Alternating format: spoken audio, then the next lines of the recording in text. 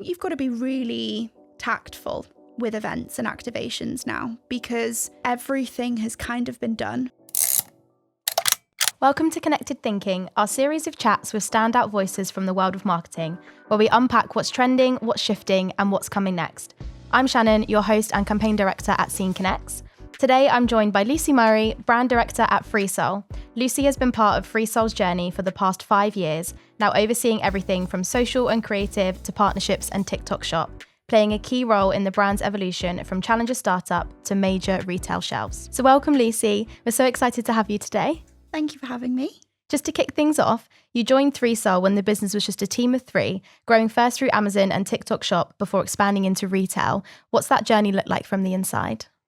So I guess the way I like to think about the FreeSoul journey is relative to our different office spaces that we've had over time. So we've had the kind of very early days era, which is when we were based in Harrow. I was based up in Newcastle, so I worked 100% remotely most of the time.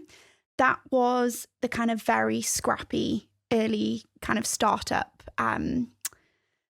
challenger brand era. So we did everything between, I guess, maybe 3 or 4 people. That very much looked like influencer marketing, email marketing, SMS, new launches, designing packaging, really kind of getting stuck into all different areas. I think as the brand has grown, we then moved to a different office. Again, a lot of influencer marketing. We started doing events, which were really successful for us. Got a lot of kind of traction through those events, building that community. That's when we kind of really started to become known as this community-centered brand. And then now we are in an office with 55 people. We've taken over 2 floors and we have so many different teams from MPD to retail to performance marketing, brand. So I guess the growth comes from all of those different experts in those different fields, and it's a lot more, I guess, formalized now. It's really nice to have like a group of people that have probably followed you from that very, very beginning. And I think anyone that's worked at like a startup knows that like dingy office that you start in, and then now you're in this like shiny building with all these people, and it probably feels like looking back like, wow, like we've come so far. It sounds like you have worn all the hats. So you're very well placed to be able to like help like drive the brand. You've spoken a lot about ownership being a core value internally. So how do you think that philosophy translates into the way you empower your community externally? Very early on, we didn't really have formalized values, I guess a culture within our business internally. I think the culture was literally whoever, the 3-4 of us in the office, whoever was there, going to Nando's, grabbing a drink at our desk. So we didn't have these kind of named values as such. They were definitely there and they existed and we lived by them. We just didn't have them written in a handbook or whatever. But I think the idea of community has always existed within FreeSoul. And the way I see it is community lends itself to what we do and the category that we're in and the mission and the purpose behind the brand. I think if you put a group of women in a room together and allow them to kind of have a conversation, get to know each other, you do generally just start talking about, oh, well, I had this experience and I'm struggling with this and I've done this. And you kind of support, that support network is quite an organic byproduct of a group of women. And so as a brand, that is kind of what we do. And so community is quite naturally evolved from that. But now we've got these kind of named values, and one of them is ownership. And ownership internally really means thinking and acting like an owner. So it's not necessarily I, ran this project and I saw it from end to end. It's, for example, someone in a different team spotting something that could be of a benefit to the business, not necessarily having a direct impact on them or their channel, but raising it anyway because they care about the business. And so I think when we think about ownership in relation to the community, it's a similar thing. We don't do events and community building because it's profitable or because it's cool and it's the done thing. We do it because it's the right thing for the purpose of the business. So I think that would be how those two things kind of relate. That's a really nice way of putting it. I think a lot of brands run like community events and trips now, and you have to be really careful about how that comes across, because a lot of them sometimes do come across in a way that feels like, oh, they're doing it for like, you know, everyone wants a gain from something. But ultimately, the way that you look at it is probably where you get the most from it, because the community are engaged. They're there because they want to be there and they actually have a loyalty to the brand. And that's going to mean so much more than just like a one-off trip that is happening and then nothing comes from it afterwards. I think it has to be authentic. And I think because Free Soul 5 years ago wasn't very well known, we didn't have a high degree of awareness within our market. And we didn't have budget to pay influencers to talk about the product. I think I remember early days, we had a set budget, and I think we would work with like one paid influencer across 6 months, every month. And that was it. The rest of the influencers that were talking about us, we were purely relying on that kind of buy into the mission and the purpose and the product as well, because the product genuinely is phenomenal. And because of that, I think we've always had to approach community partnerships with people who authentically love the brand, because we aren't a massive VC-backed business that has infinite budget that can pay for that kind of association with various influencers and partners and names. So I think authenticity is how we've had to build the community. We haven't really had a choice to do it any other way. Yeah, definitely. And ultimately, that's what everyone's kind of striving for, even if they do it through creators. We're about to host a community event with Arla, one of our clients, and we did a trip with one of the brands within Arla earlier in the year. And because it was so successful and it was a creator trip, they then were like, we want to pivot this into getting more of the community involved. And now, because some of those creators are already affiliated with the brand, they love it already. Their community is kind of on side, and they've become a community that's already talking about it, and they want to get involved in doing that kind of thing. So it's definitely a nice way to go about it, and into making sure that your community actually loves the brand and you know that it is genuinely authentic. You've built a really highly engaged community online, and obviously that's translated through physical experiences, so retreats, wellness events, consumer activations. How do you approach actually measuring the success for these community-led events? Because I know you mentioned, obviously, the way that you do it is never kind of coming from like a profitable space, but do you have something internally that you would look at those community events and say, this has actually been a success? I think everything you do, any kind of marketing activity, you have to have some kind of objective. Like, what are you trying to achieve? Is it you're trying to build your association or your equity in some way? Is it that you're trying to position yourself into a slightly different market? Like, there has to be some kind of objective. So with everything that we do, we always have a set of KPIs. Now, those KPIs are never driving sales. It's never driving traffic to the website. They're not bottom of funnel metrics that we're tracking when we plan and think about events as a business. But I think we are always thinking about, how is this translating through social? That's a really important part of what we do. Free Soul is a very socially native brand. And so we did a activation in Soho maybe 3 or 4 years ago called the Wellness Studio. And we did a pop-up, and it was a takeover of this kind of big townhouse for 3 days. Our first day was an influencer only day.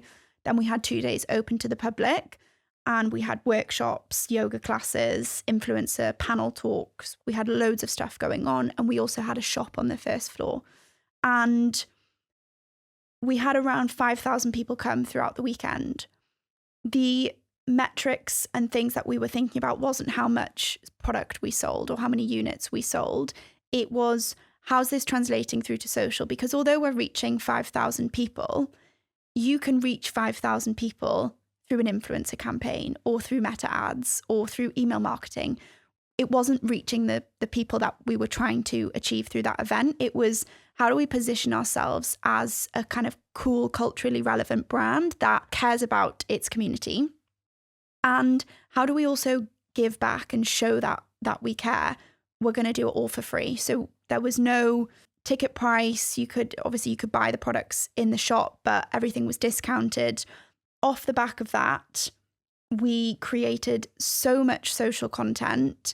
we got incredible reach. We had influencers sharing, we had the community sharing, we had challenges, we had this huge wall, which was called our manifest wall because we had Roxy Nafusi there doing a panel. So we had the manifest wall downstairs. And when we started the weekend, it was completely empty. And we had these little clear post-it notes that people would write their manifestations on. That was posted on social so many times because by the end of the weekend, it was literally a wall full of people's manifestations. That is something that even now to this day, I remember being on a call maybe 2 months ago. This woman, I think she was kind of a VP of marketing of some kind of brand. And I remember her saying, "Oh, I discovered you guys through the wellness studio that you did." And it's those kinds of little micro moments that you've really been memorable as a brand for 3 years later, someone to remember you and was introduced to your brand through that kind of moment. So it's really hard to KPI those things, but I think there are certain metrics that we definitely track. But then I also think it's really important internally. You know your brand and you know if something is right, if something's successful, if something has landed well. So I think it's also important to go off those kind of that gut feel, as well as obviously having the metrics to back that up as well. Yeah, definitely. I think a lot of people kind of have a misconception that influencer marketing is all about the numbers and like how many impressions have you driven and like what engagement have you got on a post. But sometimes it is, like you said, like almost going on the vibes. Like, has this been successful? Do they love our brand? Does it feel genuinely authentic? Like, are the community engaging with it? And a lot of that is part of the success, and definitely something we talk about with our clients all the time. Like, step away from the numbers for a second. Yes, they're probably fantastic, but you've also seen this, and actually that's probably what's going to drive the most success moving forward. 100%. And I think as we evolve as a brand and as a business as well, you know, we can start to track things like how much do people trust us? How much are we appealing to certain demographics? Do people feel like we are a brand for them? And so we now have brand tracking in place. We do brand health dips. We have done brand health dips for the past 12 or so months. And that's where you can start to see some hard metrics, if you like, from a brand perspective, not necessarily from a numbers perspective, but those kind of metrics take months and years to build. And so I think it's a balance of, yes, you need to have some kind of solid metric because to be taken seriously and to unlock more budget, etc., as you grow, you have to have hard evidence that you are driving something for the business, which is really important.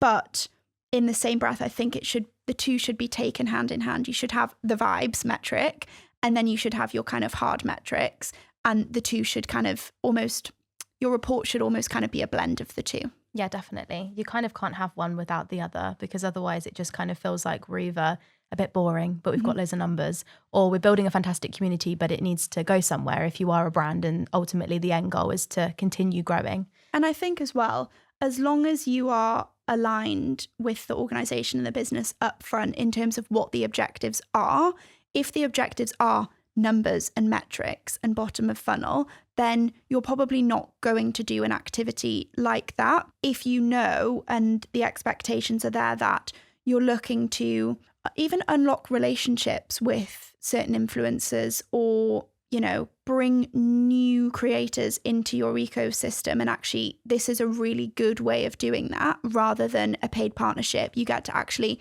bring creators and allow them to experience your brand in a really tangible way.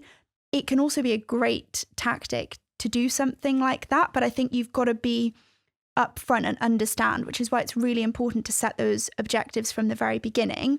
What are we trying to achieve here? Because if you're trying to achieve something that is more numbers driven, there is an approach from an influencer marketing perspective to deliver on those results, but it's not going to be community building and events and activations. Yeah, definitely. They kind of all come together slowly, don't they, to end on that end goal. I think it's really important what you said as well about kind of what happens naturally when a lot of women are in a room, and understanding your brand and knowing, like, as an individual yourself, what would you like to see? What would you like to attend? And things like those events and having that wonderful wall, like that's what you want your kind of customer to be drawn to. And so that's why you do those things. And it shows that actually someone 3 years later remembered that because it resonated with her as an individual, which I always think is a really kind of like special kind of way of proving that your brand is working. I think you've got to be really tactful with events and activations now, because everything has kind of been done. When we started doing them, no one was doing Pilates classes, and brunch clubs and even run clubs were still kind of in their infancy.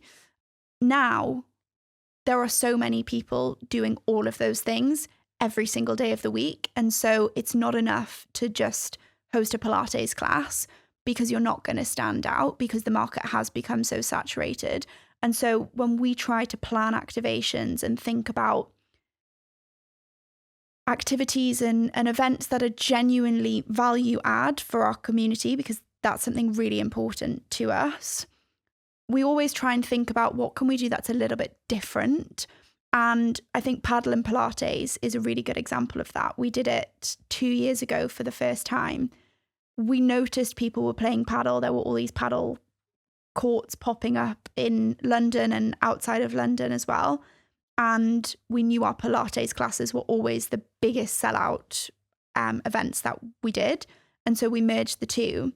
And it went so phenomenally well that we did it every single weekend in July. We extended it into August as well. And the tickets would literally sell out in like less than 2 seconds. It was crazy. We had people DMing us like, I really want tickets. And we couldn't sell. Or like we didn't have enough space to sell more. And I think that's a really good example of an event that has not only brought our community into our fold and allowed them to experience the brand tangibly in real life, but has also then gone on to reach so many people outside of the event and have such a big impact, really memorable, and loads of people were talking about it. And so that for me is like a really successful example of an event, because not only have we managed to have an impact in that room and in that instance with those people, but we're also reaching so many other people through it just because it was a really cool, different kind of event. And we then repeated it the next year. Again, it was super successful. And the amount of paddle and Pilates events I've now seen is crazy. Not saying we were the actual first, although I think we probably were the first to kind of bring it to London. When we launched it, it was just no one had seen it. And so it really stood out to people. Yeah, definitely. Keeping on top of the ideas is so hard as well, isn't it? Like you say, it's so saturated. You have to come up with something that is a little bit different. And I think people really grasp on it when it is something new and exciting. You've obviously talked a lot about like your community and your customer being really important to you. So we'd love to know how you ensure the voice of the customer feeds into your decision making at Freesell. So I think the answer to this is the kind of informal way and the formal way. So when the business started, our founders, Rohini and Arjun, would go sampling to gyms, and they would be all across London allowing people to try the product. And that's like a very, very early example of putting the customer at the center of the brand and the business, because they were there day in, day out, talking to our consumers, understanding what they liked, what they didn't like, what they wanted to see next. And they were capturing that feedback in real life and translating it back into the business in real time. I think over the years, we've continued to do that. So again, as amazing as our events have been for kind of creating that perception or building new relationships, capturing social content, we've also used a couple of our events for data and insight. So capturing and understanding the community's wants and needs, whether that's through kind of mini workshops that we've done, or whether it's just through having conversations and just putting your ear to the ground and listening to what they're saying. And I think that, again, is a really great way, especially when you don't have maybe the resources, because data and insights are kind of expensive. And so trying to harness that kind of understanding of the community in the early days, I think, is a really great way to do it. Last year, we launched Design by Her, which is essentially our community feedback program. So we were already listening to the customer through events, through emails, in every way that we possibly could, but we didn't have a formal way of doing that. Design by Her was our way of kind of bringing communities into the fold and really understanding who they were, what they loved about Freesoul, what they didn't love about Freesoul, because that's so much more interesting, and what they wanted to see, not just from us, but from our industry in general, whether that's content, education, product, etc. And now the community is literally at the center of everything that we do. So when we're launching a product, a lot of the ideas will come from so many women. And I think we didn't do that through a formalized process. It was literally just through listening to the consumer. But then I guess more recently, things like flavor extensions. We've got new hydrate flavors coming this summer, which is really exciting. And again, that's come from listening to the community, seeing what flavors they're loving, I guess the mindset of the consumer. And so we'll do it for pretty much everything. And I think it's so, so important.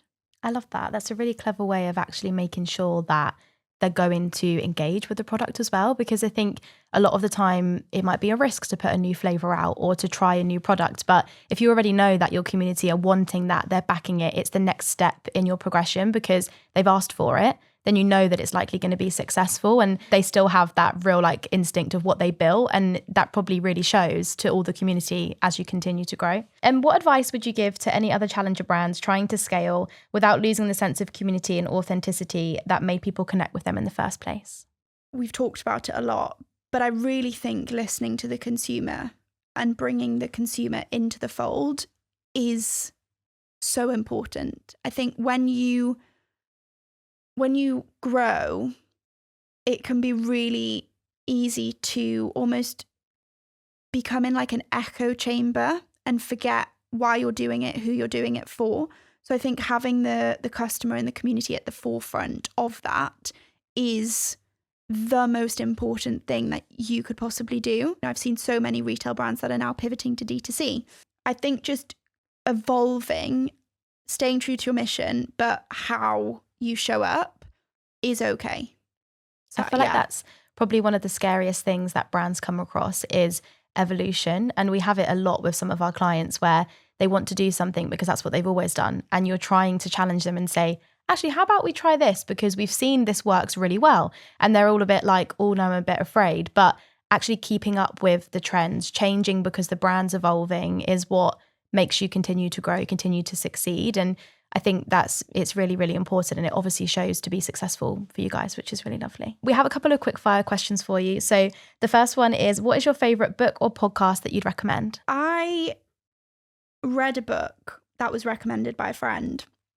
She recommended it to me, and then I started seeing it everywhere. People were talking about it, and it's called Unreasonable Hospitality. The message of that book is around how important people are, and how you make people feel, how you treat people, and how actually by investing in people, you can also grow and build a really successful business that is also really commercially and kind of viable. So I really loved that book. Feels like it really resonates with the community building at Freesoul, which is nice. The second one is best piece of advice you've ever received. Everyone has a sign around their neck that says, make me feel important. And if you can go through life realizing that people have that desire to feel important, you can win at making friends and influencing people. So I think that ethos and that book has always stuck with me. Nice. I really like it. I think it's something you learn as well when you become a manager or more senior in a business, that every single person that you might look after or come across in your team is an individual person. And it's something I feel really passionately about because I had an experience where I wasn't treated that way. So now I always feel like I want to make sure others are treated that way, but knowing that they're all different, they all learn in different ways, they all receive praise and feedback in different ways. And that makes them feel like they're recognized as an individual rather than as a broader part of a team. So yeah, a really nice one. I feel like I'm going to remember that too now as well. Thank you so much, Lucy, for joining us on Connected Thinking. Thank you for having me.